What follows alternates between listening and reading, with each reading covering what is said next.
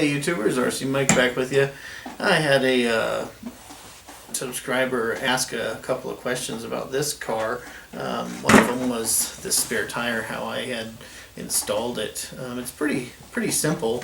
On the back of here I've got a 7mm wheel nut right here, and on its I put the 7mm nut on there because it's also handy to have that the same size as your regular wheel nuts. Anyway, this just pops off of there, and I just put a little hex on here. This is a 4mm screw that I drilled the stock plastic bracket through. I drilled through this to put this larger screw on here so that I could utilize a regular wheel nut. And if you look at the ready to run Jeep, the bracket that I'm using is the same bracket that holds the spare tire on. So you can see a little pin drops through here, and then you can have the spare tire hooked to the body also, so it's not flopping in the breeze. But basically what you end up with is this bracket right here, which works for a nice wheel carrier if you just kind of modify it. The screw that you can put like a 3mm screw right through this piece, but then you got to use a 3mm nut, which is not the same as, of course, as a wheel nut. So anyway, that's a quick, easy way to eliminate this bumper. And when you're doing comps and you want a little more clearance on the back of your truck, I really like the looks of this bumper. It looks real nice, but it tends to catch on things and gets hung up when you're in really aggressive terrain, where if you remove this bumper, then you lose your tire carrier, but you gain a lot more space back here, so you can clear more objects and your body's not getting hung up. So, and in some comps they require you to carry a spare tire, so it looks more realistic. And in this case, every little bit of extra weight on the back of your car is kind of negative weight, so I used a smaller tire rather than carry around a big tire that I don't usually need. Sometimes you use this tire on games and stuff that they have you play, but there's no rule on what size you have to have, so I just throw on a small one to keep it keep the weight down. So that's about it on that. So hopefully that helps answer that question. Another thing I've been working on, I wanted to give a update on, was my my Savage and my Stampede builds. It's been a long time, but what I did with these little trucks, this Savage SX comes with that brushless motor, and basically it's really kind of overkill for this little car. It's a lot of fun to drive with that big motor, but what I did was I bought a four-wheel drive Stampede brushed version and this truck at the same time, so that I could swap out the motors. This truck works really well. I've got that Titan 12 turn in there. It just barely fits. It took some doing to get that motor in this truck. The length of it is really the issue. This is a 540 size opening, and this is a 550 motor, so I actually had to cut the back of the shaft that comes out the back of the motor. In fact, if I show you a motor here, this is basically a Titan 550 motor, and what you see on the back of this thing is this shaft comes out quite a bit.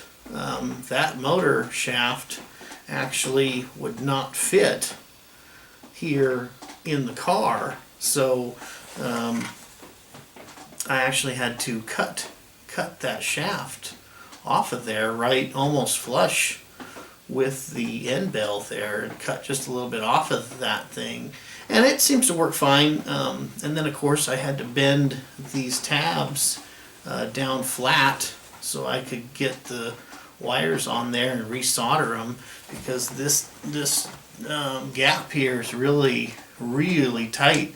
There's just not a lot of room to play with. I could have probably cut into this plastic here, but I really didn't want to do that. Plus inside here you've got the same issue where that motor is right up against the end of your space there, so that took a little bit of doing to get that in there.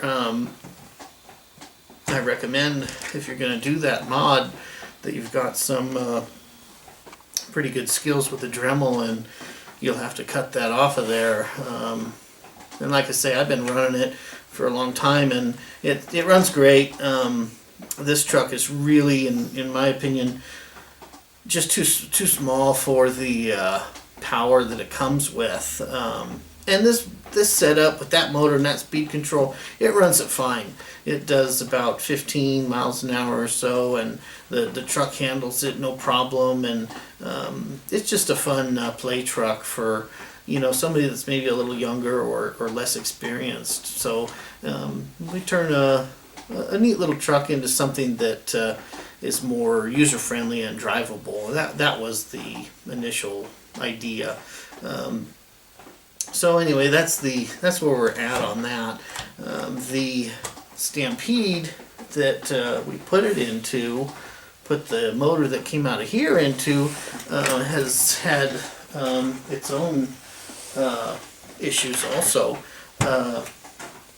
The power of that motor that comes in that Savage is super powerful. It's just a crazy fun motor. However, even in the Stampede, you have to be careful with it. This motor here and speed control combo is what I pulled out of the Savage here, and this little motor just flat screams. It's a great power plant for this truck. With a 2-cell, it does wheelies, and it's just a blast to drive. It just livens this truck up the way it should have come initially. With a 3-cell, which is what I was running, I hit a mailbox, my own mailbox, and it just took off the entire front end of the car. So I broke everything, broke the shock in half, and broke the drive axle. So anyway, it's not the car's fault. It's just with a 3-cell, that motor, it does 50 miles an hour or faster. Extremely hard to control, but crazy fun. I wouldn't disagree with this power plant at all. It's just, you got to be a little more careful, and when you do bump into things can happen, you know, quickly and badly. So that's where we've been on this, and I tend to drive this pretty rough, and we end up breaking it a lot. Another thing that we had to do was we had to change out the rear axles. These are MIP. These are the race versions. They're aluminum. They're a little bit lighter, and these hold up great. This thing's standing on its wheels most of the time when you're driving it with a 3-cell. So with the 2-cell, the stock axles worked great, which is what we've been running up here. These are the stock drive lines, and they're fine.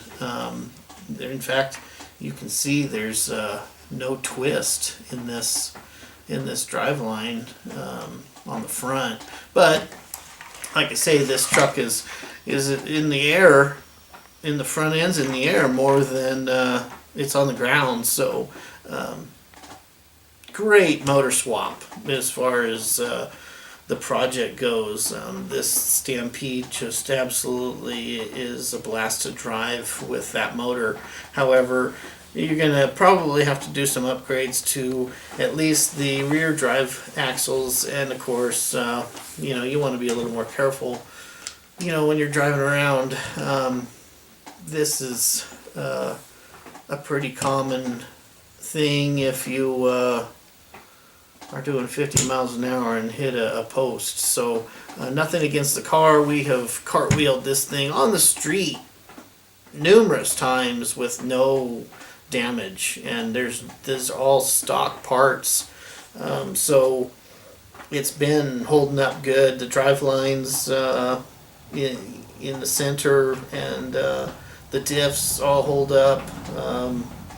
It's just those back two axles, and that's about it that you want to fix. So anyway, we've been driving the heck out of this car, and it's been a long time since I did an update on it, but we've just been trying to dial this in and get it working good, and we've been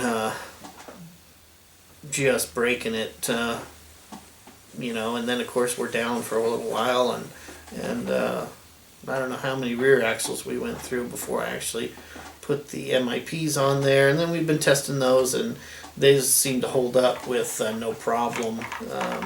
The only other issue, you want to make sure your wheel nuts are tight on this type of setup. You know, you got a lot of power.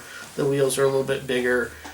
They tend to loosen a lot more than a short course wheel would. But anyway, that's where we're at on that. And anybody that's considering something like that, a motor swap like that, it's definitely well worth the change. Even in this little truck,